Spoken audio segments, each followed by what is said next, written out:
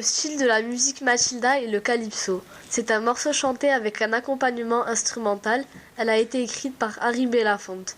Les instruments entendus sont des percussions comme le tambour, des chak-chak, une sorte de maracas, des cordes, guitare, des vents, flûte et un synthétiseur.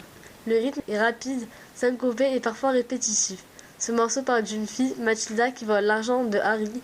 Il explique où est caché son argent, à quoi il était destiné, etc. Personnellement, ce morceau nous donne envie de danser car c'est un morceau dynamique.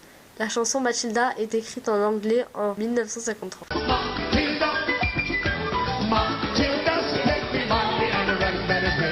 Nous allons vous raconter le système de la traite négrière qui a commencé au début du XVIe siècle jusqu'en 1861 pour les États-Unis. Les Européens partent en Afrique. Ils donnent leurs marchandises contre des captifs noirs. Ils repartent des comptoirs négriers avec des bateaux remplis d'esclaves. Les conditions de transport dans les navires négriers sont dramatiques. Ils vont en Amérique et échangent les captifs noirs contre de la marchandise. Quand cela est fait, le navire repart en Europe, chargé de produits tropicaux.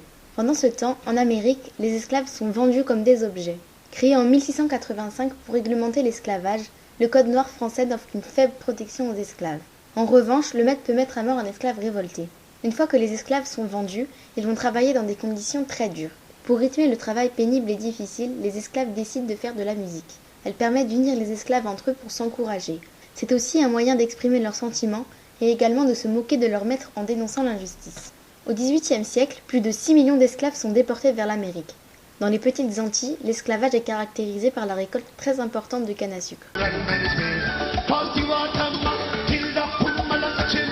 Le morceau Matilda a un rythme caractéristique du calypso, qui est proche du manto jamaïcain. Les instruments utilisés sont des percussions comme le tambour, des cordes comme la guitare, des vents comme la flûte, des maracas et un synthétiseur. C'est un style de musique mélangé avec des rythmes africains et des musiques européennes.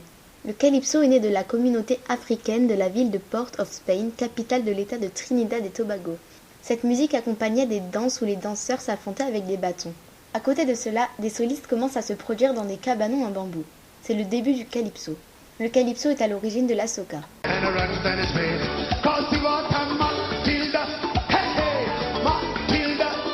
L'histoire de la musique afro-américaine est étroitement liée à l'esclavage. Les esclaves sont parvenus à mêler leurs origines africaines avec la tradition musicale blanche qui leur sera imposée en Amérique. On distingue plusieurs types de musique vocale car les esclaves n'avaient pas le droit d'utiliser des instruments. Les work songs, chants de travail, les spirituals ou gospel, le blues. Avec l'abolition de l'esclavage, naissent des musiques de bass strings, le ragtime, le jazz. Le calypso s'inscrit aussi dans cette évolution. Il faudra attendre 1920 pour que les Noirs américains puissent enregistrer leur musique. Et le calypso sera censuré par les Britanniques jusque dans les années 50. Toutes ces musiques forment l'arrière-plan historique de beaucoup de musiques noires apparues depuis.